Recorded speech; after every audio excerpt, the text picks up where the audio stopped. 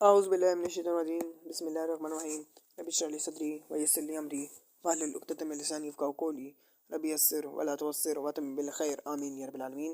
سورۃ النبی part number 29 کے ساتھ سیکنڈ لاسٹ پارٹ کے ساتھ آپ کے سامنے حاضر ہوئے ہیں۔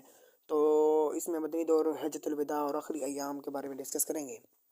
تو یہ وہ واحد حج تھا، حجۃ الوداع 10 ہجری میں یہ پیش آیا، جو رسول صلی اللہ علیہ وسلم نے اسلام لانے کے بعد ادا فرمایا۔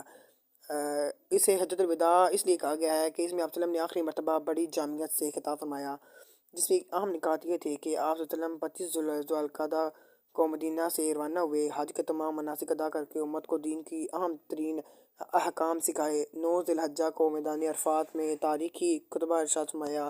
خطبہ حجۃ الوداع کے بنیادی ارکان یہ تھے کہ تمہارا خون، تمہارا مال، تمہاری عزت ایک دوسرے پر حرام ہے، سود ہمیشہ کے لیے ختم، عورتوں کے حقوق کا خیال رکھو، غلاموں کے ساتھ حسن سلوک۔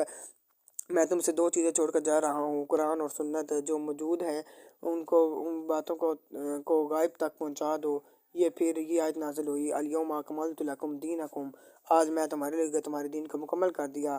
تو حج سے واپس آنے کے چند ماہ بعد آپ صلی اللہ علیہ وسلم کی طبیعت خراب ہونا شروع ہوگی۔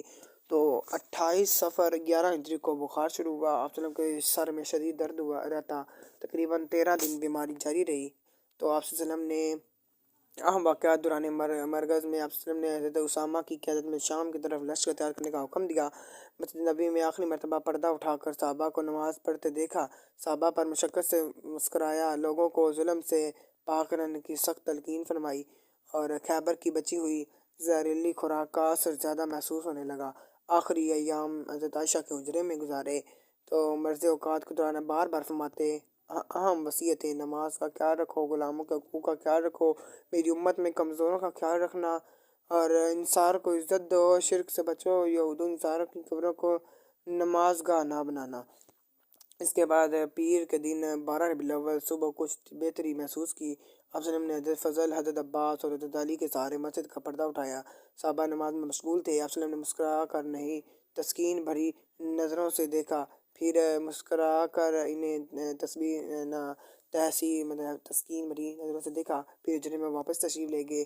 تو 12 ربیع الاول 11 ہجری دن کے وقت حضرت عائشہ کے حجرے میں آپ صلی اللہ علیہ وسلم کا سر مبارک حضرت عائشہ کی گود میں تھا۔ آخری الفاظ تھے، اللہم رفیق الاعلیٰ، اے اللہ مجھے اپنے اعلیٰ ساتھیوں کے پاس لے جا۔ تو پارٹ نمبر 29 جو ہے وہ مکمل ہو چکا ہے۔ پارٹ نمبر 3 جو آخری پارٹ ہے، پارٹ نمبر 30، جس میں ہم بیان کریں گے کہ آپ صلی اللہ علیہ وسلم کی تدفین، امت پر اثرات، خلاصہ و سیرت، پورا خلاصہ، امت کے لیے پیغام۔